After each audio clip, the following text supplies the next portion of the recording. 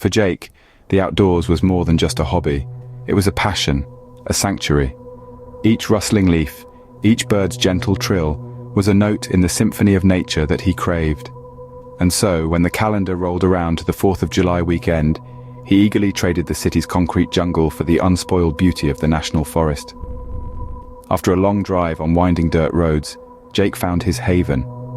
A quiet clearing, the perfect stage for his weekend retreat.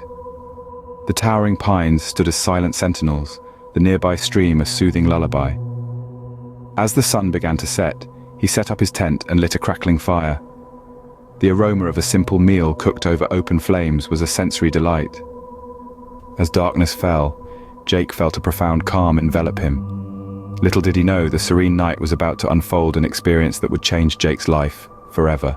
As Jake drifted into slumber, a faint noise broke the silence of the night. A sound that was unfamiliar to his ears. A sound that did not belong in the tranquil harmony of the forest. It was a whine, eerie and unnatural, like a banshee's wail carried by the wind. It echoed through the towering pines, bouncing off the dense canopy and seeping into the very core of the forest. A chill ran down Jake's spine. His heart pounded in his chest like a war drum. He dismissed it initially, attributing it to some nocturnal creature stirring in the undergrowth. The forest was, after all, alive even in the darkest hours. The nocturnal symphony of crickets, the rustle of wind in the leaves, the occasional hoot of an owl. This sound, however, was different. It was alien, and it had no place in the night's familiar chorus. As the eerie whine faded into an unsettling silence, Jake lay awake, his senses heightened, his mind racing with 1,000 possibilities. His eyes scanned the darkness outside his tent, his ears strained for the slightest hint of that strange sound. But the forest had fallen eerily silent, as if holding its breath, waiting for something to happen. An hour passed, an hour that felt like an eternity. The adrenaline gradually subsided, replaced by a wave of tiredness that washed over him. His eyelids grew heavy, his mind foggy, and the strange noise became a distant echo. Eventually, he succumbed to exhaustion, drifting back into a fitful sleep, the eerie sound now merely a whisper in his dreams. But as the morning sun rose, the eerie noise of the night became a distant memory. The forest came alive with the chirping of birds, the rustling of leaves, and the gurgling of the stream. The morning light bathed the clearing in a golden hue, casting long shadows that danced and swayed with the breeze. Jake awoke, his heart still pounding, his mind still clouded with the memories of the previous night. But the forest seemed normal again, its tranquility restored, and the eerie sound was nothing more than a distant echo, fading away with the morning mist. With the break of dawn, Jake was ready to explore what the forest had to offer. His day unfolded like a nature enthusiast's dream. He found himself tracking deer through the underbrush, following the chirping of birds to their hidden nests, and marveling at the fluttering dance of butterflies over a meadow awash with wildflowers. The forest, a living canvas of green, seemed to breathe in rhythm with him, offering a sense of tranquility that he'd long forgotten in his city-bound existence. Surrendering to the cool embrace of the stream, he felt the city grime washing away, leaving him feeling rejuvenated. The day, filled with these simple pleasures, was a salve to his city-weary soul. But as twilight began to drape itself over the forest, the peace was punctured. An eerie noise sliced through the evening air, a chilling whine that seemed to echo from the depths of the forest. As the daylight faded, the eerie noise returned, clearer this time and definitely closer. The return of the eerie noise marked the beginning of a long, unsettling night. Jake's heart pounded in his chest like a furious drummer. The noise echoed around him, each time growing louder, more distinct, and seemingly coming from all directions. Jake stoked the campfire, the flames flickering and dancing in the blackness, casting long, sinister shadows among the trees. The fire was his only source of light, his only source of warmth, his only source of comfort. The noise came again, this time closer, more insistent. Jake's heart skipped a beat. He could feel the icy fingers of fear creeping up his spine, his mind racing, trying to make sense of the sound. He threw more wood onto the fire, the flames leaping higher, illuminating the surrounding darkness. The fire crackled and popped, the only other sound in the otherwise silent forest. Jake felt a sense of dread, a sense of impending doom. He was alone, isolated, trapped in the middle of nowhere with an unknown entity. The noise intensified, now a constant, relentless whine that seemed to vibrate through the trees, through the ground, through Jake's very bones.